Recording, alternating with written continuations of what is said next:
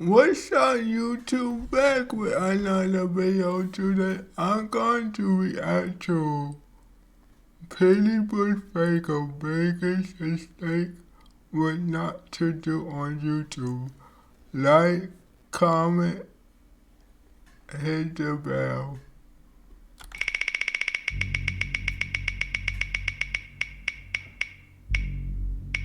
Would you have expected this man with nearly 8 million subscribers to lie, cheat, fake, scam, or groom? Well, this is a story about how I got scammed, lied to, and cheated on by PrettyBoyFredo. Alright, cheated on sounds crazy, but basically he scammed me out of a lot of money and fabricated a lot of things. Currently, Fredo is doing false copyright strikes on people's videos, taking people's videos down, and trying to pursue court cases about the truth that we're speaking. So I would gladly appreciate it if you shared this video to the many streamers and many people out there so we can get the truth out there as fast as possible. But hey, I have nothing to lose. He owes me a lot of money. We're gonna go in detail right now. Let's go. If one person makes an exposed video about you, then it's an anomaly. If 3 people close to you make an exposed video about you, then maybe it was a character flaw, maybe something just bad happened, maybe it was an Ibiza trip, I don't know. But if 10 people all are making exposed videos about you, then my friend, it's you that's the problem. And that's what was going on with me. You see, initially I wasn't going to make this video. I thought what happened to me was my issue, it was my problem. And I thought I was the only one. But when multiple people currently working with Fredo started coming out and telling me that they're experiencing the same exact things, that's when I realized who Fredo really was. Showing up on the first page of Google might not be the best for everyone. I started working with Fredo around August of 2021, and initially I didn't know really who he was. The most I ever saw of him was years back on these viral videos, one being the marriage proposal prank, another one being underwater PS4. Other than that, I didn't actually know who he was. I didn't know anything about him. And our initial relationship was amazing. It was great. Eventually, Fredo would send over a video over to me, and me and my team would edit the video and make sure it looks beautiful and great. And we got very close, almost like brothers, every single day talking. And obviously, to better understand Fredo's videos, I'll have to search his name.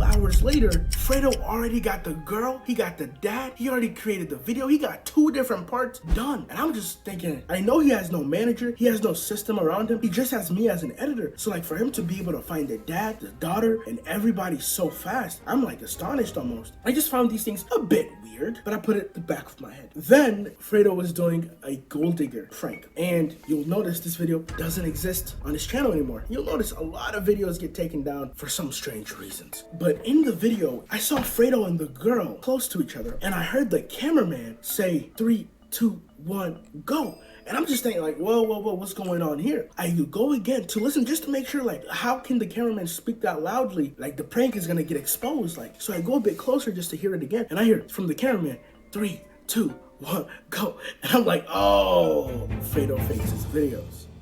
Now, you must be saying, as an editor, you should know if the videos are fake, right? Well, Fredo doesn't send raw footage, but Fredo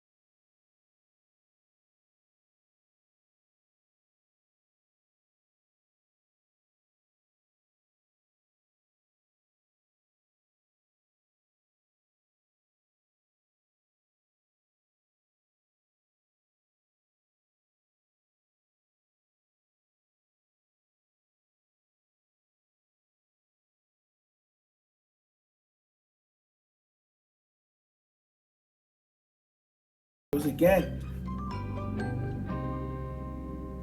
Now we're about to get into the juice and everything that really went down, the nitty gritty. We're about to explain things that nobody really knows. So February comes and everyone has left SSH. Nobody wants to sign that contract. Everybody leaves him and I'm the only one there, and Dariano's sometimes there. So Fredo is like, bro, what are we going to do? And we come up with a plan to start live streaming. And because of the live streaming, we create a second channel, Fredo Live. Now this channel, the concept was we're starting from ground zero together, so we both will take earnings from this channel. Eventually the channel gets monetized, money starts coming in. I have invested over $2,000 on that channel, and Fredo then sends a contract over that basically is a 40-60 deal, which I was actually okay with. 40%, we're both spending money on that channel. I get I thought it was a 50-40 deal.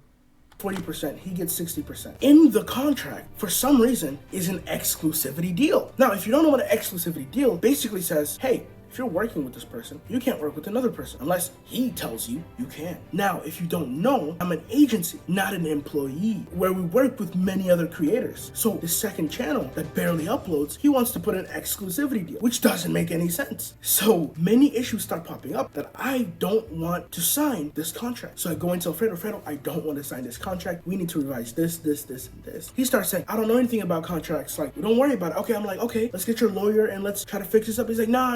I'm like, dude, what are you doing? I can't sign this contract. It's very bad. It's a bad contract. At this point, the channel has made almost $5,000. I've spent my own money over $2,000. It's been around 10 months. Guess how much I have been paid? $0. Adonis Creed. You don't remember me, huh? Now, if you ask Fredo, he's like, man, I have no money. I'm broke right now. I don't have money. Fredo, it's $5,000 this channel made, and I get 40% of it. Where is it at? Oh, I don't know. I don't have it right now. End of February occurs. The live streaming isn't doing as well as we thought. Fredo is like, once again, yo, I don't know, man, what are we going to do? And I'm like, yo, Fredo, everyone has left. You're by yourself again. I saw this Kean and JC reality show. Imagine bringing it to the black community and creating opportunities for some young people who want to make content, who want to blow up, and creating a new SSH that is ready to grind, ready to go hard. And so we start working on the reality show. So April comes around, end of April, we're done with the pre-production. We're about to start filming the show. Now, mind you, I am the producer of this show, meaning me and Fredo were on calls every day for 8 hours a day from end of February, all of March, all of April, and some June. I don't want to physically be at that location where we do the filming. The other thing I didn't want is we're together, we're sitting down, maybe like something happens and Fredo tries to peer pressure me into doing something. I really felt like that might happen, so I really wanted to step back and not go and do any of these things. Fredo starts almost like begging me to come. And the main reason why is because I was there during the whole pre-production, so I know everything that's going to happen on the show. So he really wants me to go, but I don't want to go. Last day, Fredo books me a ticket. I eventually say, you know what, what's the worst that's going to happen? And I go. Now, I'm at a hotel. It's nighttime, midnight, 9 hours before we start filming. Fredo calls me, and he's like, hey, yo, you're not stepping a single inch into the reality house unless you sign that contract. I'm like, Fredo, what are you talking about? I didn't want to come here. To me, I don't believe that. They try to force a contract down my throat, and me and Fredo just start getting at it again. And I'm starting to get like really weird vibes from him. He's a bad businessman, and he's not yelling, but he's being very forceful, trying to get me to sign a contract. Now I have no way back home. I'm 1,000 miles away from home, and he really wants me to sign this contract. And after like an hour of talking with him, I finally signed that contract. This is very similar to, once again, with the SSH. What he wanted to do was this: you can all get 20. To me, like, he didn't make you sign that contract. You signed it by yourself. 20% of this new SSH channel, but I will get 15% of all your channels. He's just doing bad business, not thinking clearly, adding ego on here because I created the group. And this is where things start to get very messy with me and Fredo. Here's how things work. Usually with the YouTube video, it may take you 2 days to edit a regular YouTube video. I knew that it was gonna take more than 2 days to edit a reality show because of how long it is, how much camera angles there are, all of that. And I also knew Fredo was already spending a lot of money on the reality show, and I didn't want him to spend too much. So I thought in my head, we can do that show. And I thought, okay, even though it takes 2 days, we're gonna do it for the same price that it usually takes for 2 days for 1 week, okay? Because I thought it was gonna take 1 week to do 1 episode of a reality show. But no. It takes a lot more than that to do a reality show. It takes multiple editors to cut through down that footage, and then 1 or 2 editors to really hammer down and edit the actual show. And so there was just a lot going on there, and he eventually had to go and find another team. Here's where things got really bad. I was supposed to get a percentage deal of earnings from the reality show. But then right after filming, Fredo started talking about, oh, you're gonna get paid a certain amount. I thought we were doing a percentage. He's like, no, we're not doing a percentage. We're gonna do a certain amount. And then I'm like, okay, how much are you gonna pay me? He's like, oh man, I don't know. Like, there's a lot to think about, man. You did a lot. So after that call, I searched it up, and we eventually agreed on $5,000 per month of work. Now, because we were editing the show, we weren't able to get that first episode out. He said, oh, even though you worked really hard, we're not gonna pay you on that month. I was like, that's kind of, but okay, fair. But there's still 2 months of work that I was working really hard every day, stopped doing everything I was doing to work on this show. So $5,000 per month for 2 months, which is $10,000. So a couple of weeks goes by, maybe a month, and I'm contacting Fredo, like, Fredo, hey, it's been a long time, like, it's been a month, okay, so like, when am I gonna get paid? He's like, oh man, I'm not sure, like, I'm getting a brand deal. Then once that brand deal comes out, then I'll have enough funds to pay you. And then, okay, I wait 2 weeks, and now I'm on a call with Fredo again. I say, hey, yo, Fredo, what's going on? You got that brand deal? He's like, yeah, I got that brand deal. I'm like, okay, so you ready to pay me? He's like, oh man, I forgot exactly how much do I owe you? And I start to notice Fredo just really tries to not pay me.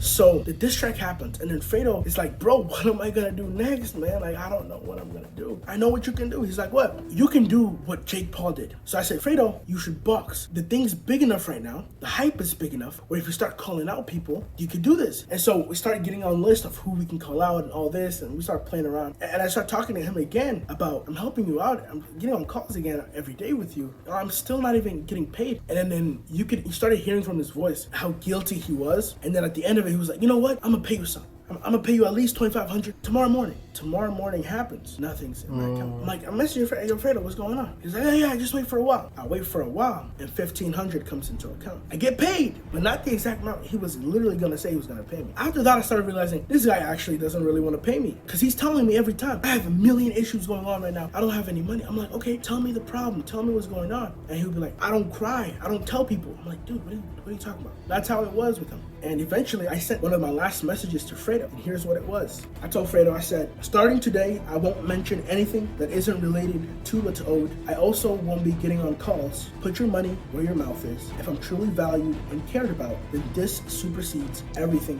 else. I start listing everything I am owed. Producer of show, second channel earnings. So we get to the last one, and remaining balance, $10,263 that Fredo owes.